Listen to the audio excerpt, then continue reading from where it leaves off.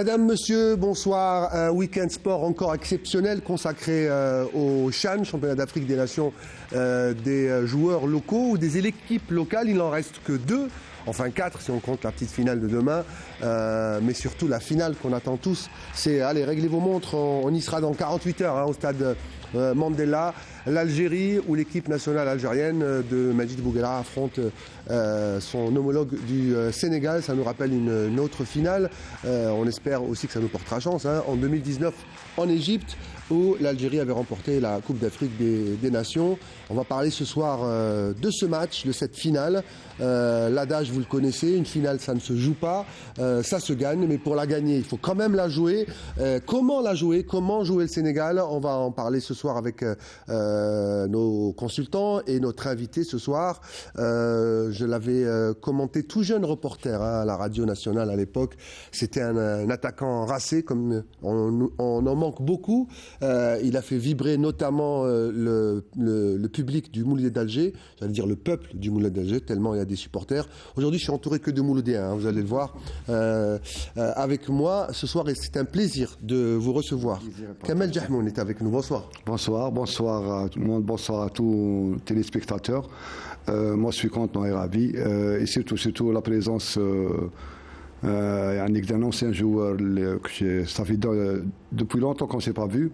Et il s'agit de Cheikh Ntaï, Abdenour Kawa. Ça me fait vraiment plaisir d'être parmi vous. Cheikhna tous, d'ailleurs moi je l'appelle le gardien du temple, il est là, on a passé pratiquement toute la journée ensemble. Aujourd'hui, je ne sais pas si vous avez eu le temps de vous remaquiller ou pas, ça c'est la télé, sur les stades vous mettez vos gants, et là il y a aussi des artifices, mais ils sont nécessaires. Bonsoir Abdenour. Bonsoir Riyad, bien sûr Kamel, c'est avec un grand plaisir que je retrouve, ça a été une des pièces maîtresses du Mouloudia dans les années 90, j'ai été son entraîneur. Et je n'ai que de bons souvenirs. Donc le retrouver aujourd'hui, c'est vraiment un plaisir. Il faut que vous en racontiez des souvenirs. Ah oui, je peux en raconter, il n'y a pas de problème. Et surtout, bonsoir à nos amis téléspectateurs. Bonsoir à vous tous, et bonsoir à Sofiane Gessouma qu'on retrouve ce soir. Vous avez porté chance à l'équipe, et j'espère que vous la porterez encore chance dans 2 jours. C'est un gros match, Algérie-Sénégal. Bonsoir Sofiane. Bonsoir Riyad. Nos amis ici présents, téléspectateurs, j'espère, d'habitude je porte bonheur à la sélection.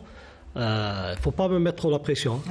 Non, la pression... Je serai au stade, Inch'Allah. La pression, elle est sur les joueurs, mais avant les joueurs, il y a un certain Bouguera qui veut prendre toute la pression sur lui. Il encaisse pour éviter la pression aux joueurs. Alors, messieurs, restez là, on va parler foot ce soir, on va parler de la finale. Cette finale, elle est historique. Déjà, la finale en elle-même, c'est historique. Pour les Algériens, c'est la première fois qu'ils se qualifient en finale.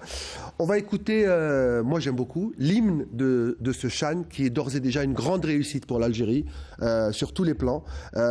C'est pas du populisme ou tout simplement une fierté béate, mais c'est une réalité. C'est vraiment le meilleur CHAN de tous les temps. Des 7 CHAN que la CAF a organisé. C'est la CAF elle-même et ses représentants qui le disent. L'hymne de la CHAN, Marhaba, et on revient. Maqatha amancane sengathi lenyama ithengwa nguwe waqoba amaqatha amancane sengathi lenyama ithengwa nguwe waqoba amaqatha amancane sengathi lenyama ithengwa nguwe ithengwa ngubaba.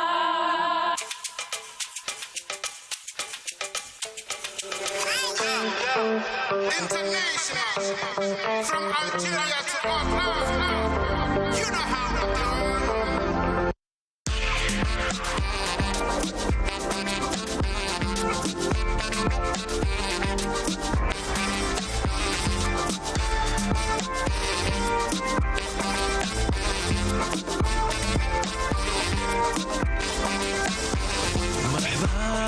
مرحبا وهي احبابنا مرحبا مرحبا وهي احبابنا مرحبا مرحبا وهي اصحابنا مرحبا مرحبا وهي احبابنا مرحبا بضيافنا مرحبا بحبابنا مرحبا حلوا البيبان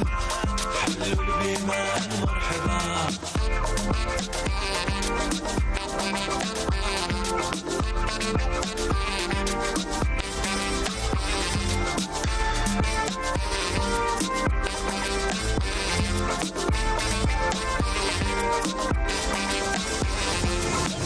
دوري ونغارب تندم دوري والدك اللام أفريقيا سنتا ترام أفريقيا سنتا ترام دوري ونغارب تندم دوري والدك اللام أفريقيا سنتا ترام أفريقيا سنتا ترام ايدي سراب دمشلان ايت مار تمدام ايدي سراب دمشلان ايت مار تمدام ايدي سراب دمشلان ايت مار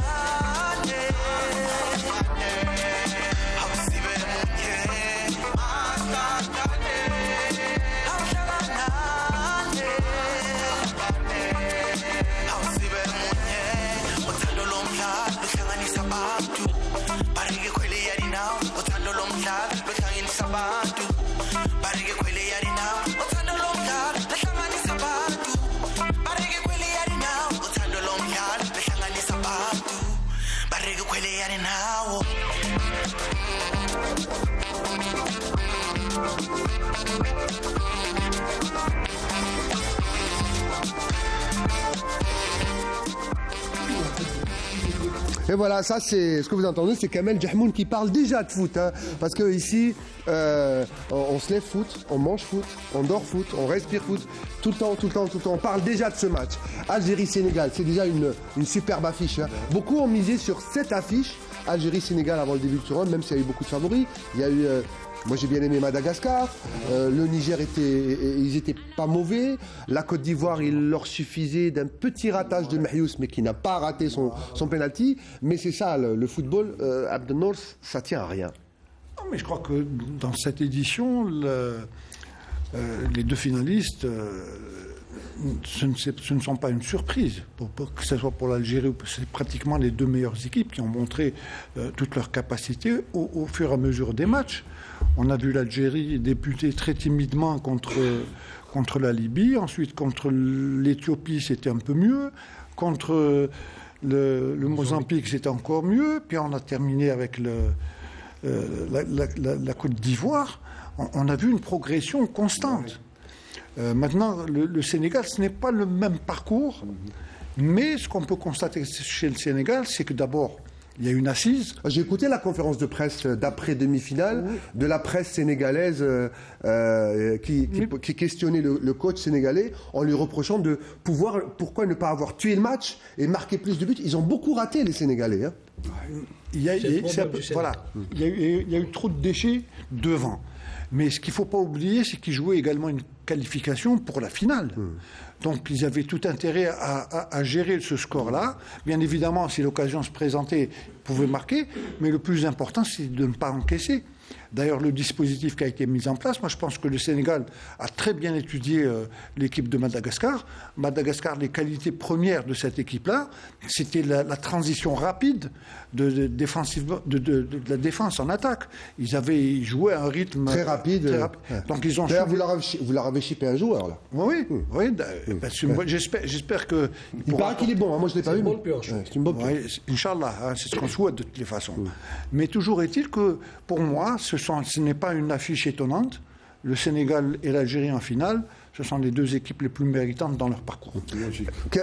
Kamel Jahmoun, on dit souvent que les équipes qui arrivent au bout, elles ne sont pas au max au premier tour, elles montent en puissance doucement. On a vu par exemple l'Italie, je ne me souviens plus quelle Coupe du Monde, 0 but je crois, que des matchs nuls au premier tour, et puis ils montent en puissance. Là on a vu une équipe qui marquait pas beaucoup, un seul but qui passait. Et puis pardon, juste je finis ma question, et puis on a l'impression que c'était la libération en demi-finale. on avait l'impression que ces joueurs-là n'étaient pas à 100% de leur talent. Et ils se sont lâchés à Oran en demi-finale. Comment on explique ce genre de... Je pense, en tant qu'ancien international, c'est-à-dire, nous, on a joué des matchs plus importants. Pour les jeunes, il manque d'expérience d'abord. C'est leur premier grand tournoi, ils n'ont jamais joué de tournoi. Oui. C'est-à-dire, il manque d'expérience. Et de match en match, il se libérait, il progressait. Parce que il faut dire des choses telles qu'elles sont. Vu le championnat, notre championnat local, moi, franchement, c'est-à-dire pour notre championnat local, moi, je vois rien venir, c'est-à-dire de quelque chose de... Ce qu'il a fait Bouguerra et son staff, moi, je leur tire chapeau. C'est des jeunes qui ont prouvé de match en match. Peut-être vous avez remarqué le premier match et le deuxième match. C'était pas satisfaisant. Mais à partir du troisième match, les joueurs se libéraient. Et surtout la demi-finale, ils ont fait une demi-finale de grande classe. C'est des joueurs qu'il faut encourager. On avait un problème d'efficacité devant le but. On a vu la demi-finale. Et ce qui va leur faciliter la tâche en finale. Moi, j'espère et je souhaite, Inch'Allah, que la finale, notre équipe nationale fera un grand match et on emportera, Inch'Allah, la CAN. Alors, on reste sur cette demi-finale. J'ai entendu, vous l'avez tous entendu, Bouguerra, et on sent que les joueurs l'écoutent. On sent qu'il l'aime beaucoup d'ailleurs, parce qu'il l'appelle Majid. J'ai vu un joueur pendant une interview, Majid, qui lui tapotait dans le dos, et il lui dit Saha Majid. Il y a donc.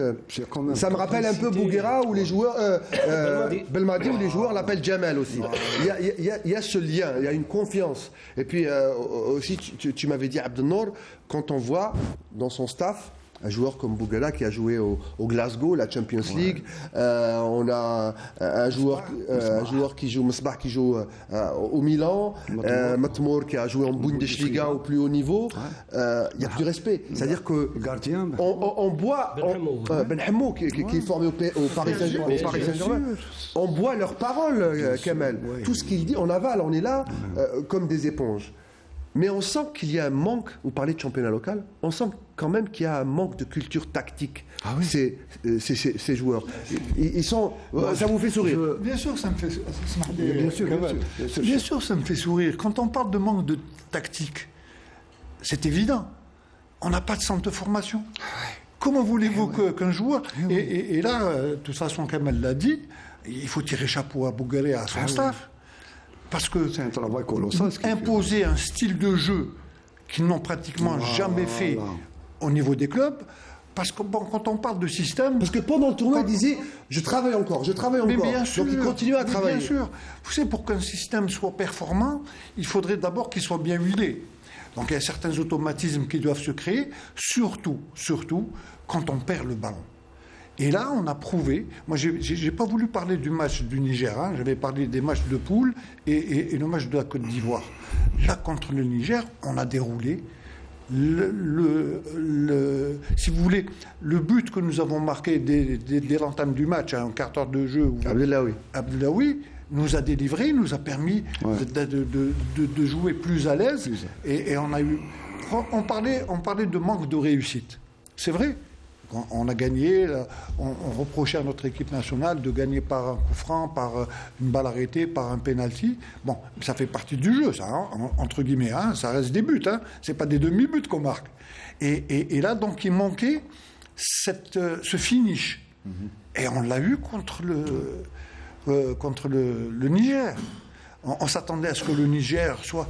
Il y a eu 2 buts dans le jeu, je crois, face au Niger. 2 buts en jeu, 3 balles arrêtées, mais un Marius qui a pu quand même exploser et s'exprimer pleinement. On lui reproche... Il en a marqué 2. La passe D de Dalaoui, c'est un caviar, c'est un bijou.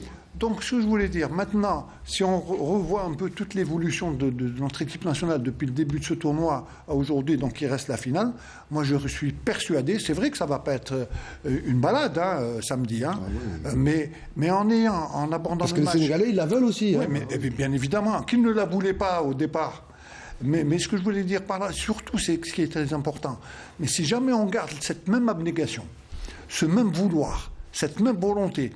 Et surtout, cette solidarité entre eux. Parce qu'on a vu, il y a des moments, on a vu dans certaines équipes, un joueur qui perd le ballon, il n'a pas le temps de revenir, il n'y a pas de couverture derrière.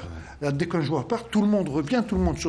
C'est un peu à l'image de l'équipe A quand on les a vus en 2019. En parlant de Bouguera, vous avez dit, on l'appelle Majid. Bon, tous les staffs, on les a appelés de leur prénom. Hein. Jamal, les joueurs l'appellent Jamal. Vaïd, on l'appelait Vaïd. Mais l'avantage qu'il a avec son staff, hein, bien entendu, c'est que ces joueurs-là, quand ils étaient au summum de leur forme, les Bougui, Mesbah, Matmour, bon, lui, il n'a pas tellement joué Ben Hamou en équipe nationale, mais ils ont fait les beaux jours de notre équipe nationale, avec la fameuse qualification de 2010-2014. Les joueurs qui composent actuellement cette équipe nationale étaient spectateurs à l'époque. Ils les regardaient à la télé. Absolument, ils les regardaient jouer et je suis persuadé qu'ils devaient les admirer. Aujourd'hui, les avoir comme entraîneurs, c'est un plus. Et Majid, le connaissant très bien, il a un sens de la communication extraordinaire. Moi, je trouve qu'il s'est bonifié dans les conférences, de presse. Sofiane, qu'est-ce que tu en penses? Moi, je trouve qu'il était plus timoré, j'allais dire, dans l'ombre de Belmadi, qui était un Mozart des conférences de presse. Il excellait dans la gestion des journalistes. Je dis bien gestion des journalistes. Là, je trouve que Bougui, il se lâche un peu. Je l'ai vu reprendre journaliste gentiment, parce que Walid Familia, donc il dit je suis pas énervé. Tout de suite, il se rattrape pour montrer qu'il en veut pas. Il est très élégant avec les journalistes, mais il mâche plus ses mots. Il défend les joueurs. C'est surtout ça. C'est surtout ça. Moi, j'ai assisté à 2 de ces conférences après l'Éthiopie et la Libye. Il insistait sur le fait qu'il fallait protéger ses poulains, ses joueurs. C'est bien ce qu'il fait. C'est le grand frère. Et petit à petit, il remettait gentiment les journalistes, tout en ayant aimable et puis gentleman, comme on le connaît. Faut pas oublier que Bouguera, qu'on a suivi en tant que joueur et avec qui on discutait lors des Coupes du Monde, des Coupes d'Afrique qu'on a couvert à l'époque, se présentait, il ne refusait jamais de se présenter face aux médias. Qu'on gagne ou qu'on perde, il était toujours présent. Il assumait toujours, oui. Il assumait. Il l'assume aujourd'hui. Aujourd'hui, il est dans un autre rôle. Il est paternaliste. Il fait très bien de couvrir, de couver ses joueurs. Et le courant est bien passé avec les journalistes. Nous n'avons pas le même interlocuteur que nous avions d'habitude avec Belmadi. Ça change. Belmadi, peut-être, lui, utilise un ton un peu plus sévère. Chose qui n'est pas le cas avec Bouguera, qui, quand même, s'impose au fur et à mesure des jours. Moi, je trouve, Sofiane, que tu as raison, il s'est d'autant plus imposé qu'il a fait, et il leur a fait cet aveu, Kamel Abdou. Il a dit, je vous ai fait changer le discours. Ouais. Et on a compris que les joueurs dans le vestiaire étaient sensibles aux mauvaises critiques. Ça les a touchés, le fait qu'ils entendent qu'ils ne marquaient pas bzaf, et qu'ils rataient beaucoup, et qu'ils n'étaient pas efficaces. Et lui, il était leur porte-parole en conférence de presse, et il a dit aux journalistes, arrêtez, soyez positifs. Et moi, je trouve que... Et il a fait changer le discours des journalistes. Oui, pardon, Kamal, Bouguera a réagi par rapport à ce qu'il a vu au sein du vestiaire. Il a vu ses joueurs un petit peu gênés, démoralisés par certaines D'ailleurs, beaucoup critiques. évitaient la zone mixte, ne répondaient pas aux questions. Oui, on peut les comprendre à la limite. Ce sont des joueurs qui viennent d'un championnat local qu'on décrit. Et c'est des jeunes qui manquent d'expérience, de maturité, qui découvrent une compétition africaine nouvelle pour eux. Ils n'ont jamais été sous les feux de la rampe. Ils n'ont jamais subi cette pression. Donc, au lieu de les protéger, certains sont allés un peu... vous savez, les commentaires, quand il y a des matchs qui ne se déroulent pas comme on veut, la façon de jouer, on est un peu critique, c'est normal. En plus, maintenant, il n'y a pas que les médias et les télé-radios, il y a les réseaux sociaux. Ça n'existait pas à votre époque. Alors, il suffit que le joueur ouvre son téléphone et il trouve plein de critiques. C'est démoralisant. Kamel, vous avez joué dans le championnat local. Je veux pas critiquer le championnat actuel, mais à l'époque, le niveau était quand même meilleurs, plus élevés. Il y avait beaucoup plus de bons joueurs dans le championnat que maintenant. Quand vous portez le maillot du club, que ce soit Blida ou l'Afron ou surtout le Mouloudia, parce qu'il y a beaucoup de pression au Mouloudia d'Alger, et quand vous avez porté le maillot de l'équipe nationale, c'est quoi la différence? Je parle de pression. Franchement, on était plus protégés que ces jeunes. C'est-à-dire, tu arrives au Mouloudia, tu as des dirigeants, c'est des connaisseurs et c'est des sages. Et ils ne te laissent pas seul, ils te protègent, quels que soient les résultats. Que ce soit CRB, Mouloudia, Blida, même en équipe nationale. Du moment qu'on parle de ces jeunes, nos jeunes, pour moi, c'est-à-dire c'est l'avis, mon avis, ils ne sont pas vraiment protégés. C'est des jeunes.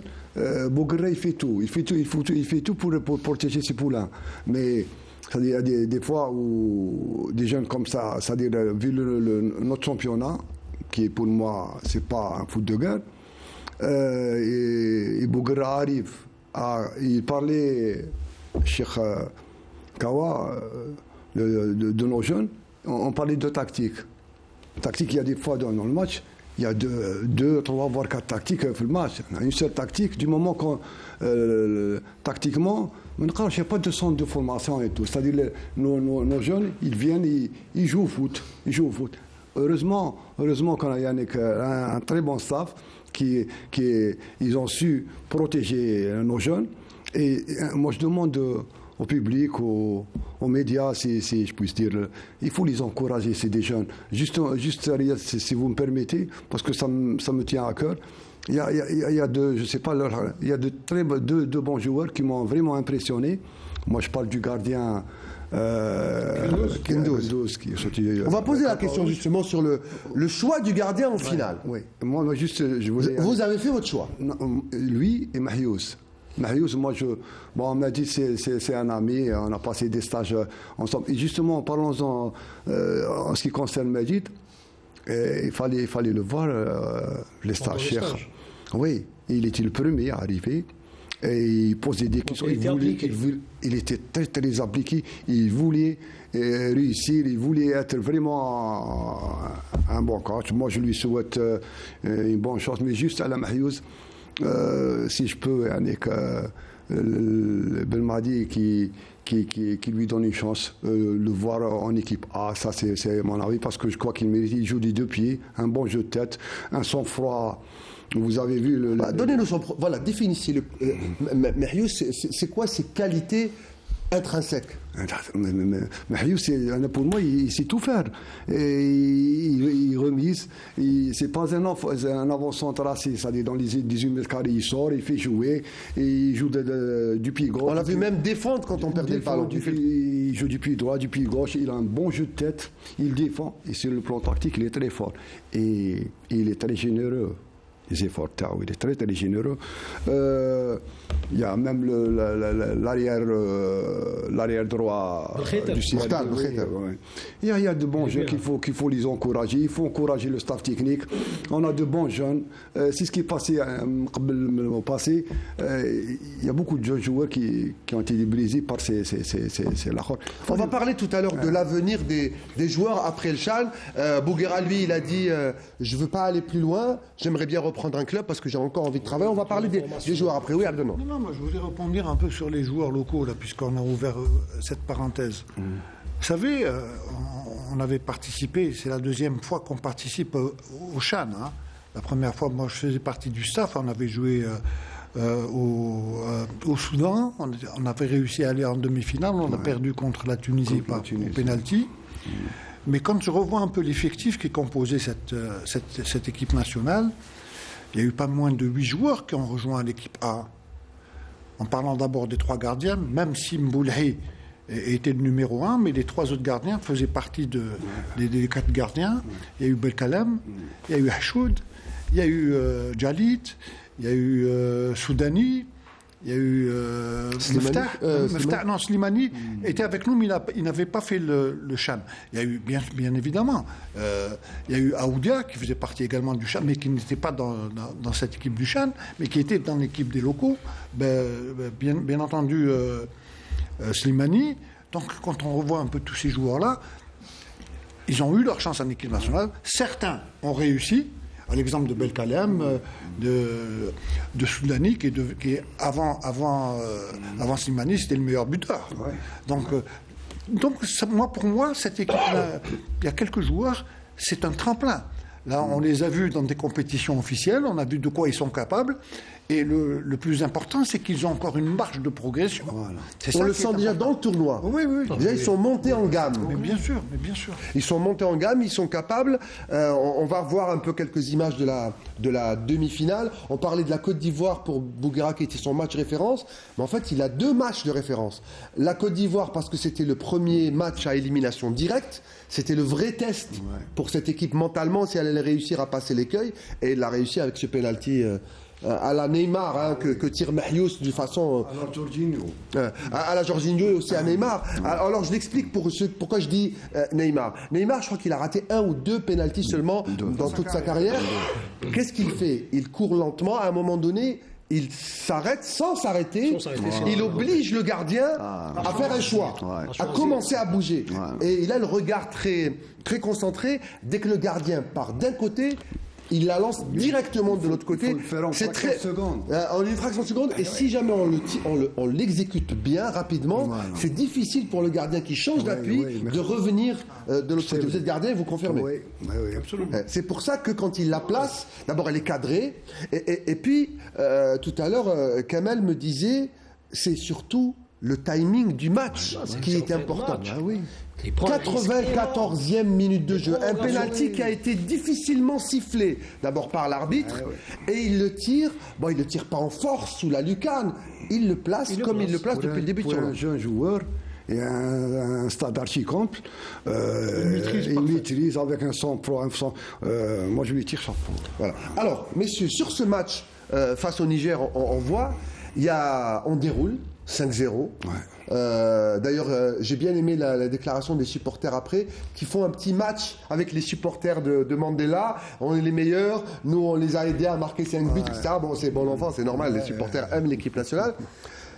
Est-ce que, et puis on a entendu Bouguera qui dit on oublie 5-0. Il faut l'oublier. Est-ce que c'est une bonne chose qu'on ait pu enfin se lâcher? Non. Ou est-ce que ça va peut-être un peu nous donner le bourrichon et Non, il faut rester concentré, je crois. Non. Il faut oublier ce match? Non, il faut l'oublier. Pour moi, il faut l'oublier parce qu'il vous reste une finale. Il faut que se concentre. Il faut pas. Non. Moi, je suis pas d'accord. Hein. Je sais pas. Moi, je vous pose la question.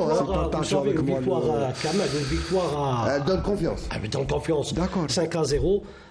Les joueurs sont mis en confiance. Ils déroulent. On règle le problème qu'on a en attaque. Non, mais j'ai l'impression qu'il y a les joueurs, c'est pas comme Akali Charfou, il a beau juste avant. Et j'ai l'impression qu'ils retrouvent leur football. Et puis ils sont toujours en formation, ils retrouvent, ils se lâchent, ils reprennent confiance.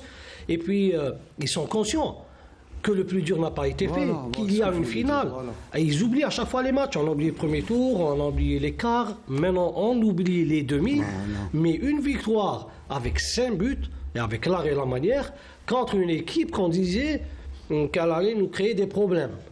C'est bon à prendre. Et les joueurs sont concentrés, comme on l'a vu lors de la zone mixte. Ils sont tous conscients que le plus dur reste à faire. On a l'impression, moi, ce que j'ai senti, c'est qu'ils la veulent, cette coupe. Ils l'ont dit. Ils veulent pas qu'elle parte. Riyad arrive à ce stade.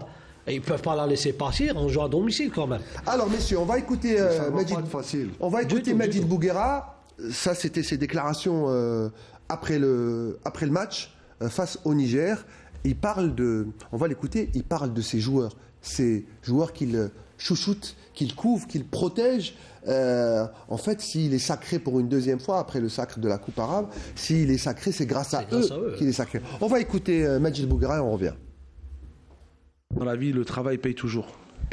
Après, des fois, on peut travailler et ne pas avoir le résultat, mais c'est mérité.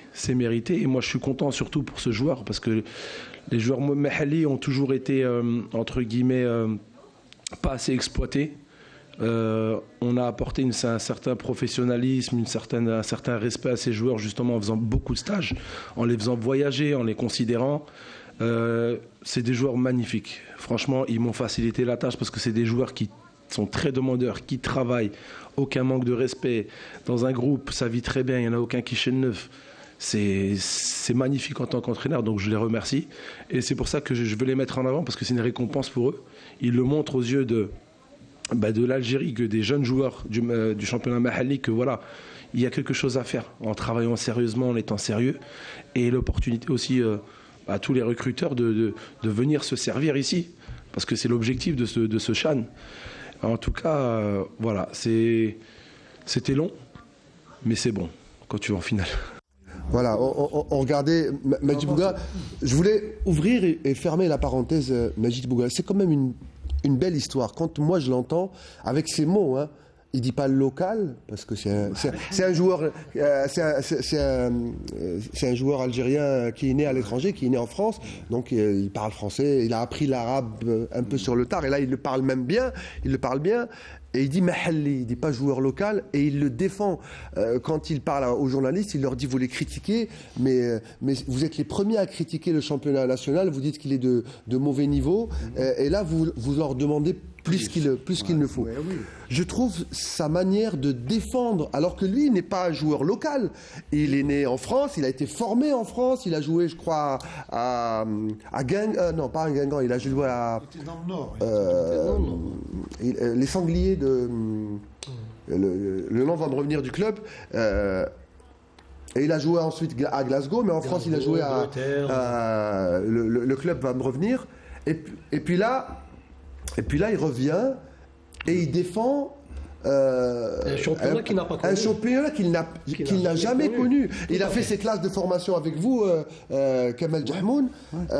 Je crois que son secret, c'est le travail. Il a beaucoup de modestie aussi. Beaucoup de modestie. Et c'est un gars qui veut réussir.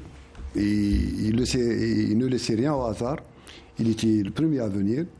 Moi, ce que j'ai remarqué, Majid, il était prêt à tout pour devenir coach, enfin que ce soit l'équipe nationale. Là. Il faisait tout. Il avait tout pour réussir. C'est un gars qui mérite, comment dirais-je, moi je lui souhaite une bonne chance. Les 2 stages qu'on a passés ensemble, il était exemplaire, avec une modestie. Voilà. Moi, vous sentez que c'est quelqu'un qui veut apprendre, qui veut progresser, qui veut apprendre. Il est tout en formation. Voilà. D'ailleurs, il le dit, hein, je suis un jeune entraîneur, je suis en train d'apprendre. Il le dit en conférence de presse. Il est calme, c'est-à-dire, voilà. Alors maintenant, lui qui est proche de ses joueurs, messieurs, quel discours, puisqu'on n'a pas de coach mental ou de préparateur mental, oui. Ça manque. Donc c'est à lui et aux autres co-entraîneurs à faire ce travail de préparation mentale. Comment on gère une finale? Alors, j'ai dit, après je pose la question, j'ai dit ces joueurs n'ont jamais joué de tournoi en équipe nationale. Ils n'ont jamais rien joué. Là, ils ont joué un tournoi, ils s'en sont sortis, mais là, ils n'ont jamais joué de finale de Coupe d'Afrique. Comment il va les préparer pour jouer cette finale et pas avoir les jambes sciées? Non, la préparation, elle ne va pas se faire aujourd'hui ou demain. La préparation se fait bien avant cette coupe. Non, mais là, c'est la veille de finale. Non, mais attends, je vais aller progressivement. On n'est pas arrivé. On a bien préparé cette Coupe d'Afrique. Donc, cette préparation, elle a débuté bien avant les stages. C'était pendant la préparation finale. Hein. Ça a été pendant le fameux stage qu'ils avaient fait en Tunisie, avec les 2 matchs amicaux, où il avait changé justement, il avait fait une option de 3-5-2. C'est là où il a testé le dispositif de la CAN. Donc, depuis, c'est pratiquement le même discours qui revient. L'organisation, c'est chez nous, vous avez la chance de pouvoir vous exprimer pleinement, de remporter un titre dans votre carrière, mais ça c'est sûr. Mais je vais vous dire une chose, un joueur est observateur. Tu as été joueur, tu observes ton staff, tu observes les dirigeants, tu observes un peu tout le monde, l'équipe médicale, et tu réagis en conséquence. Ouais. C'est quoi observer? Tu scrutes leur regard, le doute? Le comportement. Comment les entraîneurs leur parlent, leurs agissements, le joueur est comme ça, c'est sa nature. Oui. Et il réagit en conséquence. Ouais. Quand il voit que tout est bien balisé, que rien n'est laissé au hasard. Ouais. Surtout aujourd'hui, on va jouer, puisqu'on parle de cette finale contre le Sénégal, Il n'y a pas de secret. Maintenant, on connaît tous les points forts, tous les points faibles de cette équipe, avec toute l'évolution de la technologie. On peut décortiquer le jeu, on peut même faire aller en analytique, poste par poste, avec 3 joueurs. On peut cibler les défauts de chaque joueur avec la vidéo. Absolument. Aujourd'hui, il n'y a pas de secret. Il n'y a plus de secret. Donc, on peut mettre cette équipe vraiment à plat pour essayer de... Le plus important maintenant, les joueurs vont réagir en conséquence. Maintenant, un joueur, tu ne peux pas lui demander quelque chose qu'il n'a jamais fait. Donc tout ce qui a été fait pendant cette préparation, ils vont l'utiliser lors de cette finale. Mais en plus, bien sûr, j'avais dit tout à l'heure, il faut avoir une volonté hors du commun, vouloir ce match coûte que coûte, ne pas excéder justement dans quand on parle de concentration ou de stress, et toujours essayer de positiver, parce qu'il y a le stress négatif. Il y a le stress positif, puis il y a le stress négatif. Donc moi je pense que tous ces ingrédients, ils sont maîtrisés par le staff. Donc, moi, je reste toujours confiant. C'est vrai que le Sénégal, ce n'est pas n'importe quelle équipe. Et puis, ils sont costauds. Hein. Le Sénégal, la majorité des joueurs qui composent cette équipe-là, d'abord, c'est l'équipe la plus jeune du tournoi. Et puis, la majorité des joueurs qui composent cette équipe du Sénégal sont issus de Génération Foot, qui est une des plus grandes académies de foot. Ouais. Donc, ils ont un acquis de formation. Ouais. Maintenant, est-ce que ça... À la différence des Algériens, ils ont une base. Donc, maintenant, ce qu'on voit, et l'Algérien, la qualité innée chez l'Algérien, c'est la technicité. C'est la technicité. On sait jouer au ballon. Dès qu'on est dans la rue, à 2-3 ans, on sait manipuler. Maintenant, à un certain degré, il faut être professionnel. Et quand je dis le mot professionnel, ça veut tout dire. Ne rien laisser au hasard. Quand on joue 90 minutes, Inch'Allah, pour ne pas aller dans les 120 minutes, tuer le match pendant les 90 minutes, remporter cette coupe. Mais il faut être à 100%. Kamel ? Juste en ce qui concerne l'équipe sénégalaise, moi, je les ai vus, ils sont impressionnants, que ce soit sur le plan physique ou technique. Hein. Et c'est une bonne équipe, ça ne va pas être facile. Ils sont coriaces, il faut faire attention. Il y a une chose, ils commettent des fautes. Ils commettent des fautes et notre équipe nationale, c'est-à-dire ils sont forts dans les balles arrêtées. Je crois qu'on va en profiter. C'est une équipe qu'il faut faire attention. Mais c'est samedi la finale. Je pense que les joueurs ils sont prêts, ils vont tout faire. En espérant que notre équipe nationale... On va aller plus en profondeur sur ce que vous venez de dire. Vous dites qu'ils sont jeunes, ça c'est la première info. Ils sont bien formés, ils sont physiques et techniques. Et ils sont techniques. Et ils font des erreurs. Voilà 4 ou 5 paramètres. Voilà. Je me prends pour Bouguera, là, je parle aux joueurs. Okay. Alors, on fait comment ? Comment on prépare son plan ? Est-ce qu'on prend le jeu à son compte ?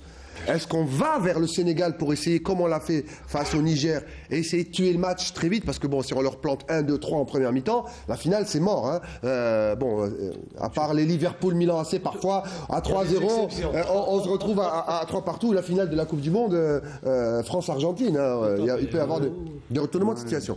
Comment on fait pour contrer comme ça des joueurs assez physiques ? On essaie de blinder le milieu de terrain, on fait du 1 contre 1, est-ce qu'on provoque les fautes justement ou les balles ratées que ces joueurs font ? Comment on travaille une équipe comme ça ? Quand on sait par exemple que le Sénégal, c'est vrai que physiquement ils sont impressionnants. Ils ont quand même 3 ou 4 joueurs qui font 1m65, hein. Il ne faut pas l'oublier. Hein. Ils doivent être bons avec le ballon. Absolument. Quand on voit un petit joueur, c'est que... Ouais. Voilà. Donc, moi je pense qu'il faut les empêcher de faire leur jeu. Là, ça serait magnifique si on arrivait dès le départ à imposer notre jeu. Et une fois qu'on impose notre jeu, moi je suis persuadé qu'on va marquer. Maintenant, si jamais le but tarde à venir, il faut rester bien organisé. Et pas douter. Il faut être patient. Et être surtout patient. Moi j'ai remarqué, hein, de toutes les façons, pratiquement dans tous les matchs, il y a beaucoup d'excès de précipitation.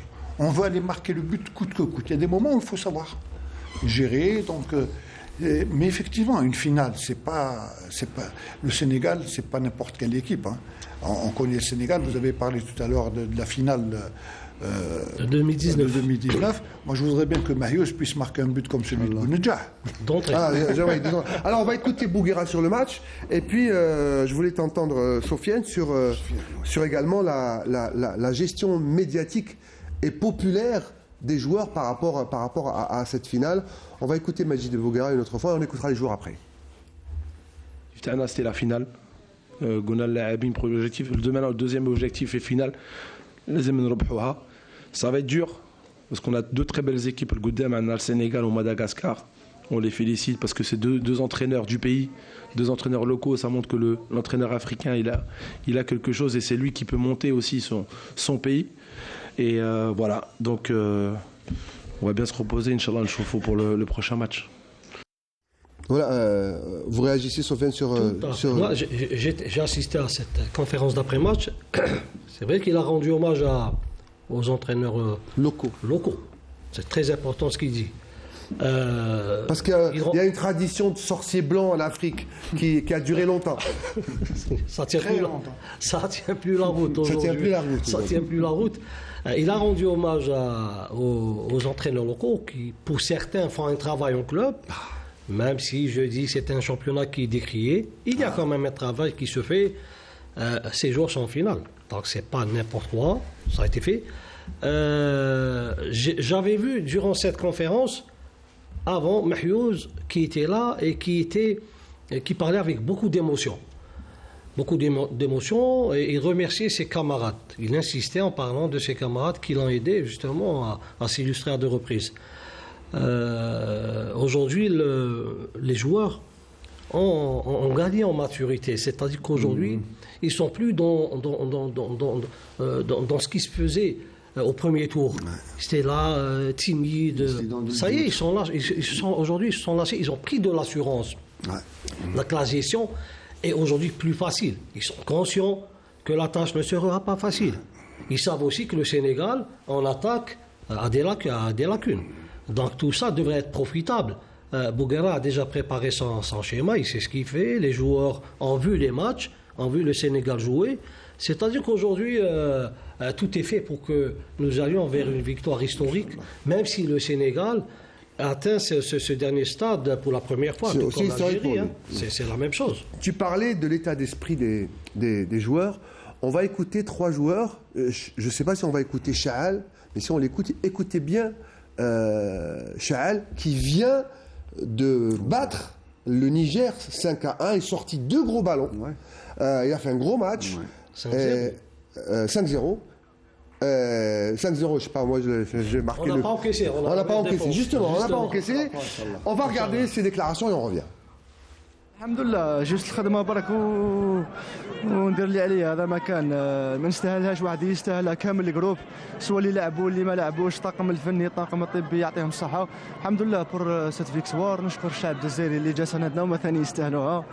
كلمه لهذا الجمهور بالمناسبه. كلمه الجمهور يعطيهم الصحه بزاف ان شاء الله نفرحوهم ان شاء الله الماتش الجاي.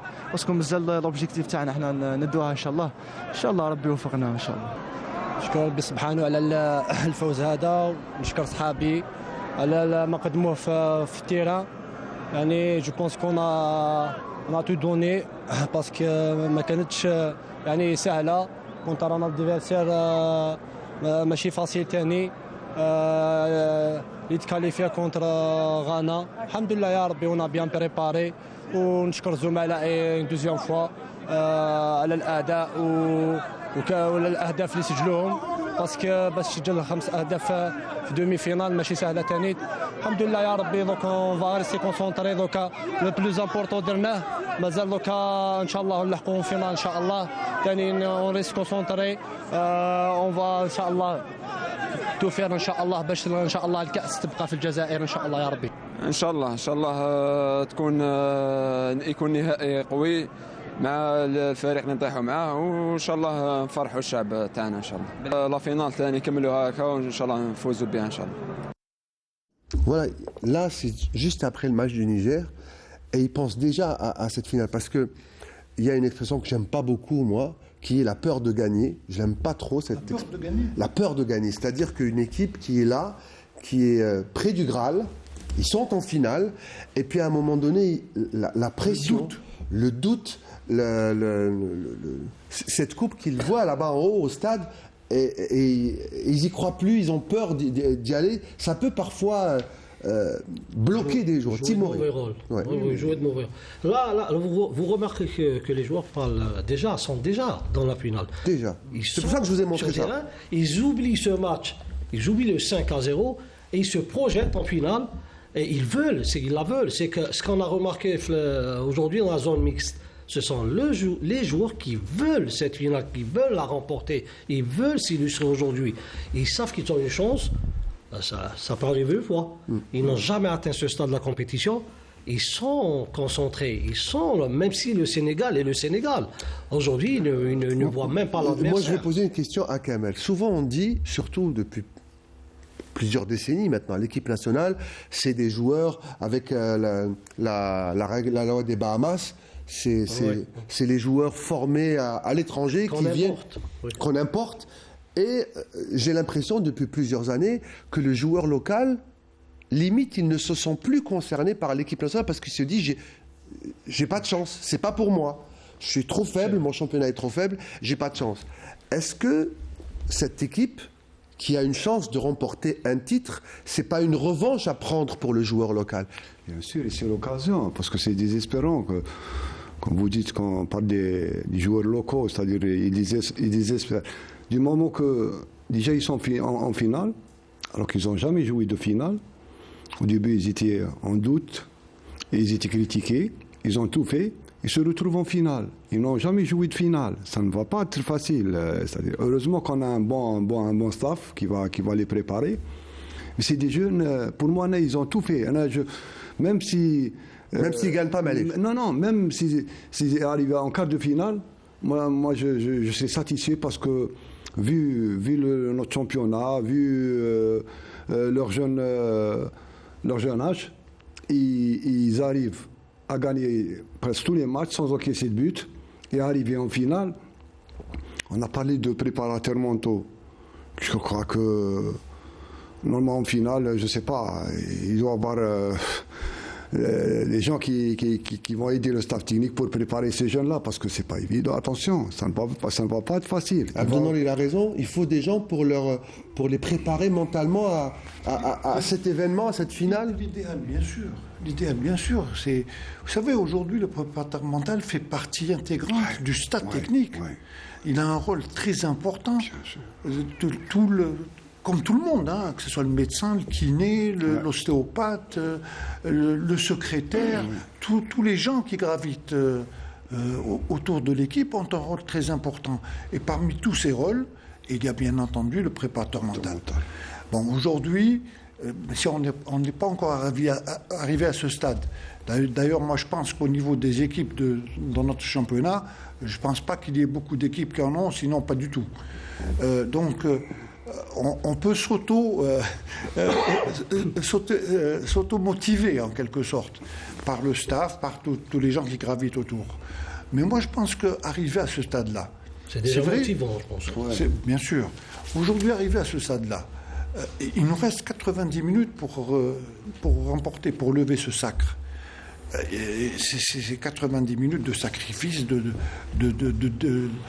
sacrifice total, de dévouement, de solidarité, tous ces ingrédients-là. C'est-à-dire qu'au début du tournoi, ils pouvaient se poser des questions, mais là, ils se disent, elle est là. Mais on joue un match et on la prend. C'est ça ce qu'ils disent. On parle du Sénégal, d'accord, le Sénégal, c'est le même cas pour le Sénégal. Le Sénégal n'a jamais joué de finale, et ce sont des jeunes qui, pour la première fois, jouent un titre continental.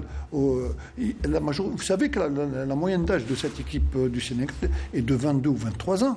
Il y a des joueurs de 19 ans, de 20 ans, de 21 ans. Donc eux aussi qui n'ont pas d'expérience. Mais par contre, la différence par rapport à nous, c'est qu'ils ont une culture tactique. Alors messieurs, on va parler tout à l'heure. On a un sujet qui vient d'arriver. C'était une petite balade touristique de Linda Teboul qui s'est offert avec beaucoup de journalistes. Sofiane Gessouma, on n'a jamais autant été bien reçus dans une Coupe d'Afrique des Nations que dans cette Coupe je parle des journalistes. Hein. Je crois que nous-mêmes, quand on s'est déplacé en Afrique, on n'a pas été... Alors, je vais vous montrer une visite guidée, s'il vous plaît, avec comme guide Linda Teboul, de plusieurs journalistes africains. Il y a des Ivoiriens, il y a des Sénégalais aussi. Toute la journée à Alger, la Casbah, je crois, à Tipaza, avec des plats traditionnels algériens. Et tout ça juste avant la finale. Et ils se sont régalés. On regarde. Les visiteurs de l'Algérie et du CHAN 2022 ne pouvaient pas revenir chez eux sans découvrir le charme de notre pays à travers ses sites historiques et ses endroits incontournables. Au programme, une visite guidée de journalistes africains. Ces derniers, après avoir couvert l'événement, ont eu droit à une journée de détente exceptionnelle. Lors de cette visite, les invités du COCHAN ont eu le privilège de découvrir la mythique Casbah d'Alger. La cité millénaire n'a laissé personne indifférent.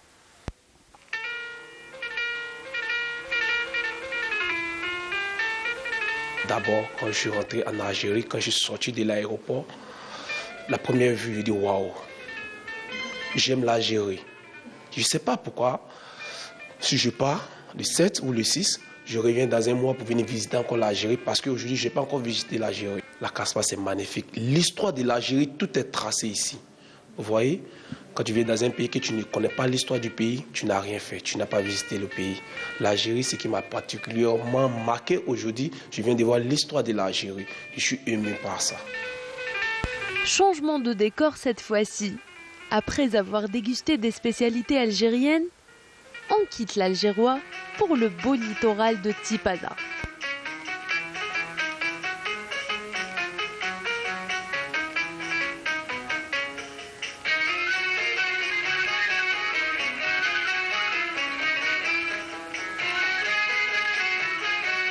Nous sommes là, nous journalistes de la République démocratique du Congo, ensemble avec les autres journalistes. On a eu à visiter, en tout cas, différents endroits. Une bonne visite, je peux dire ça. Et puis ça nous a donné quand même une connaissance. Nous avons ajouté une connaissance. Il y a des histoires. C'est la toute première fois que je puisse arriver ici en Algérie. J'ai à découvrir les endroits historiques et autres. En tout cas, pour moi, je peux dire que ça a été très bon et nous félicitons l'organisateur de cette visite. Ah oui, ça nous a permis de rafraîchir la mémoire par rapport à l'histoire. C'est vrai qu'à l'école, on a appris beaucoup de choses par rapport à l'Empire romain, par rapport aux évasions, par rapport aux empires, par rapport aux grandes occupations. Et l'Algérie, on a une idée. Vous savez, pour la petite histoire, j'ai mon grand-père maternel qui a fait la guerre d'Algérie. Oui, donc pour dire qu'on sait quand même qu'à l'Algérie, il y a de l'histoire qui est derrière. Et il y a beaucoup de choses qu'on retient de l'Algérie, qu'on a appris de l'Algérie. Et cette visite-là nous a permis d'approfondir ces connaissances-là.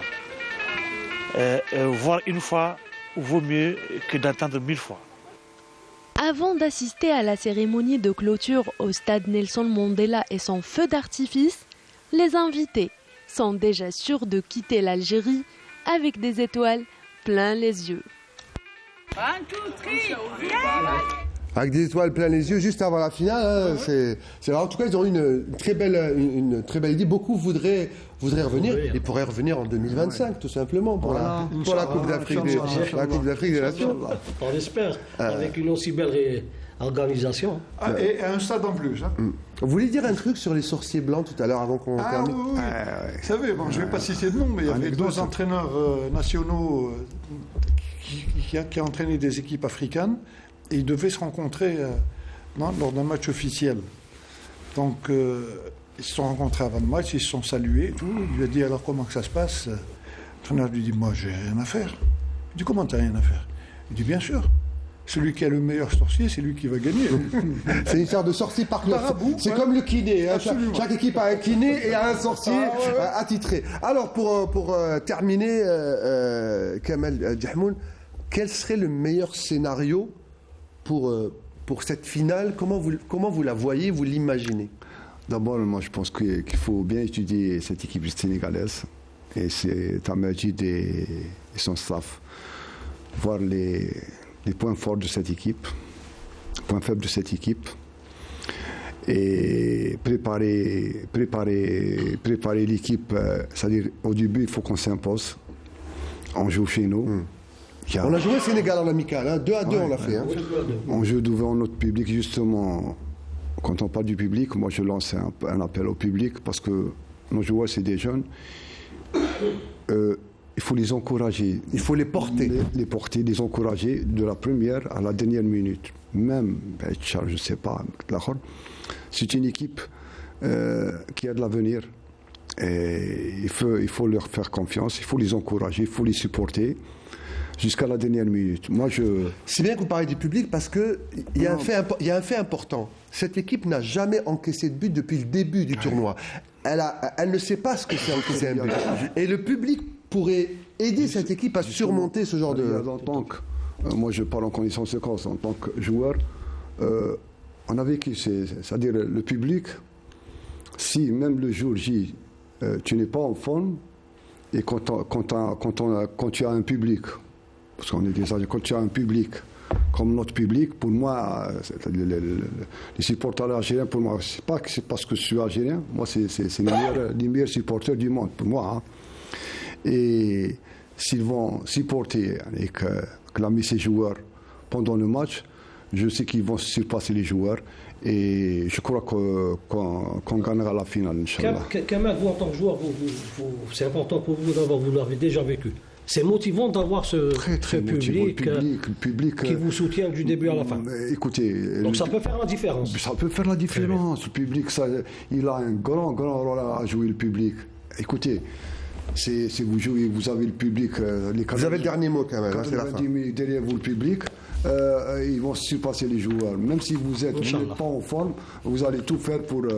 Ils vont se déchirer pour le public. Merci messieurs. Une réponse. Chahal ou Guendouzi, sur votre pronostic? Moi, j'étais persuadé... J'ai dit un mot rapidement. Bon, finalement, Guendouzi. Guendouzi. Alors, Guendouzi, peu importe, pourvu qu'on gagne, pourvu qu'on ne nous marque pas, pourvu qu'on soulève cette coupe, on se retrouve samedi pour la finale. Merci à tous de votre fidélité.